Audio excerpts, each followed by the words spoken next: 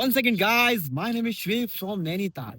अभी मैं हूँ नैनीताल के मॉल रोड पे, जहाँ पर है लाइब्रेरी के पास में खड़ा हूँ। और लेक का मेरे साथ पीछे का व्यू देख सकते हैं आप लोग। एकदम शानदार व्यू हो रहा है। और देख सकते हैं बोटिंग भी स्टार्ट हो गई है। आज मॉर्निंग है, 8 जून है। और 8 जून को आप देख सकते हैं शानदार मौसम है, एक भी बादल नहीं है पूरे नैनीताल में। एकदम अमेजिंग शानदार मौसम हो रहा है। अगर आप लोग भी आ रहे हैं नैनीताल, तो आपको कुछ इस तरीके का मौसम मिलने वाला है नैनीताल में। और एकदम ग्रीन ग्रीन सा पानी है। पानी का लेवल भी थोड़ा सा बढ़ चुका है।